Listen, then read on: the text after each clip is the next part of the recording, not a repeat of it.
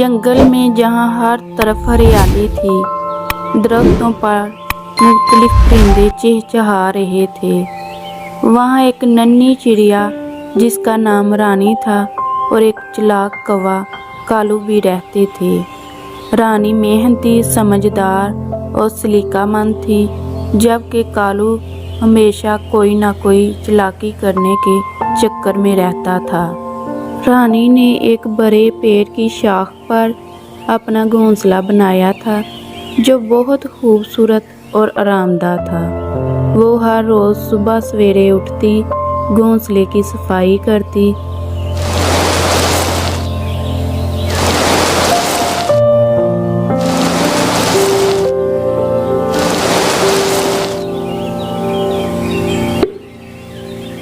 रानी चिड़िया सफाई करने के बाद दाना चुगने जाती और थोड़ी देर दाना चुगती और शाम को जब घर वापस आती तो आकर अपने घोंसले में आराम करती। एक दिन जब रानी चिड़िया अपने घोंसले की सफाई कर रही थी तो कालू कौवा करीब आया और बोला, रानी बहन, तुम हर वक्त काम में लगी रहती हो, कभी आराम भी कर लिया करो।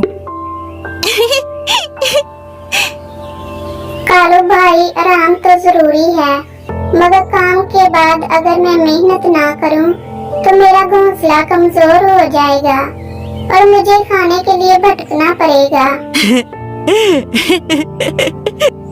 कालू कौवा हंसा और बोला, अरे तुम इतनी मेहनत करती हो, फिर भी दाना थोड़ा ही जमा कर पाती हो। मैं तो मजे से दूसरे परिंदों का खाना चुरा लेता हूँ और खूब सैर होकर खाता हूँ। अरे कौवे भैया, चोरी और सुस्ती से कुछ हासिल नहीं होता। असल खुशी अपने हाथों की मेहनत से है। अगर तुम भी मेहनत करो तो तुम्हारा भी खूबसूरत घोंसला होगा और तुम्हें किसी का मोहताज नहीं होना पड़ेगा। मगर कालू ने रानी चिड़िया की बात को मजाक में उड़ा दिया और अपनी चालाकी में लगा रहा।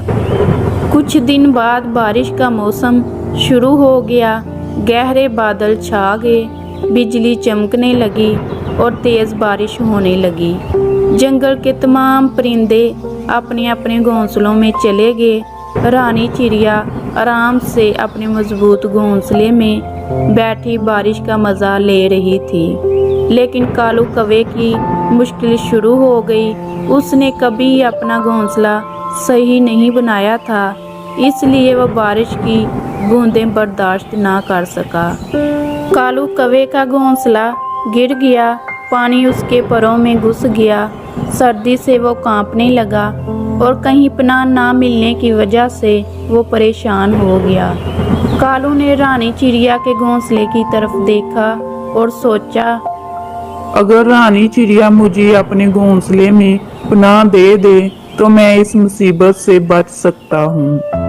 कालू कौवे ने रानी चिड़िया के घोंसले के दरवाजे पर दस्तक दी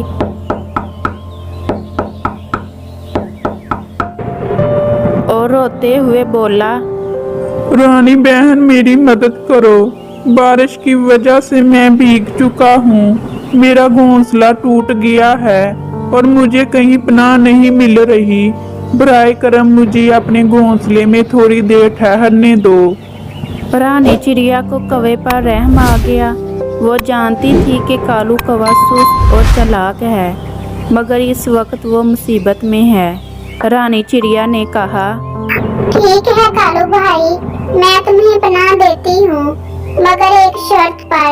अगर तुम्हें यहाँ रुकना है तो तुम वादा करो कि आइंदा तुम भी मेहनत करोगे और दूसरों का सहारा लेने की बजाय खुद अपना बंदोबस्त करोगे।